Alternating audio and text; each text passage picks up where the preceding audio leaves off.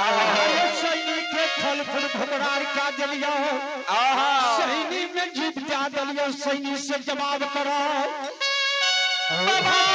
चला चला जल्दी से नहीं तो हम घूर के चदली का चल जेबा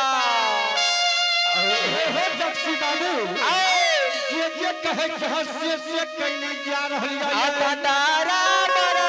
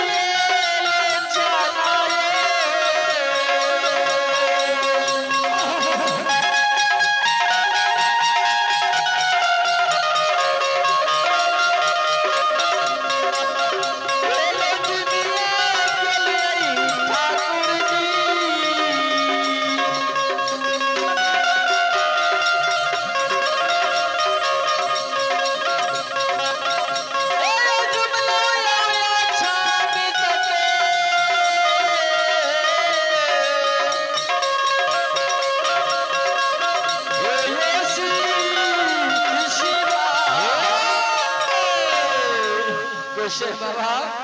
भगवान बोल सची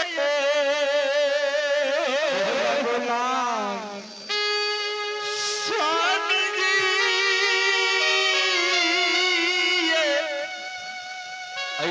आप है महान दानी दाता जो कि स्थानीय निवासी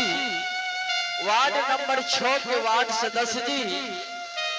भगवान के दरबार में शानदार आशीर्वाद स्वरूप 101 रुपये आशीर्वाद स्वरूप दान भेजे।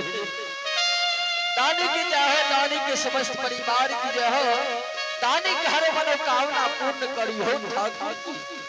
सुन मैया सेवक आइलिया के दुआरी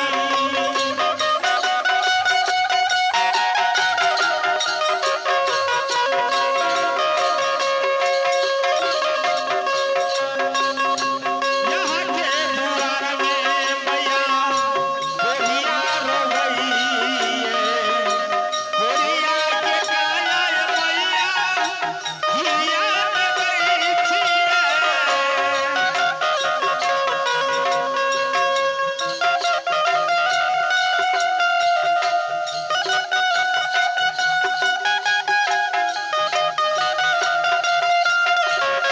यहाँ के शरण में मैया कोरिया कोरिया के काया मैया हिया में गई थी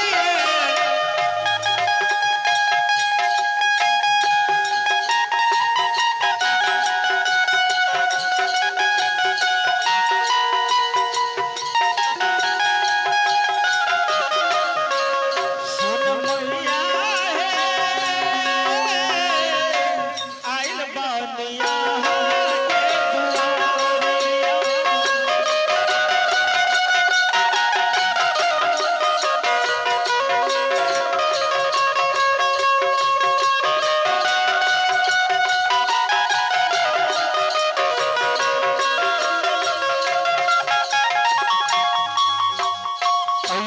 आप है महान दानी दाता भगवान के दरबार में श्री हरि ठाकुर जी के दरबार में शंकर जी के सुपुत्र सुशांत कुमार सुशांत जी भगवान के दरबार में 21 रुपये दान भेजे हैं। ऐसे दानी की हर कामना पूरा करिए ठाकुर जी। दानी की जय हो, दानी की समस्त परिवार की जय।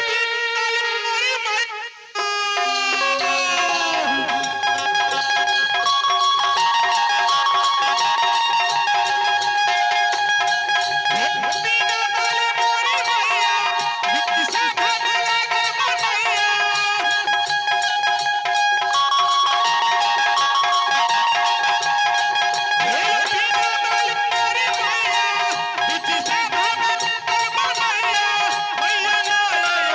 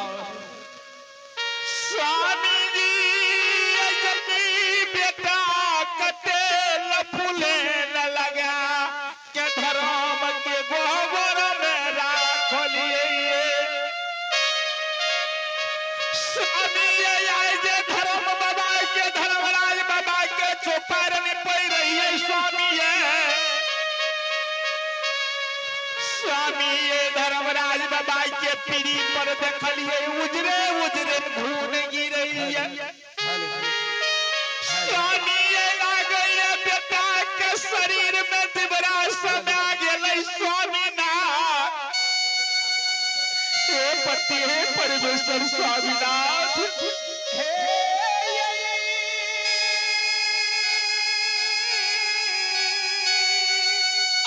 पति ने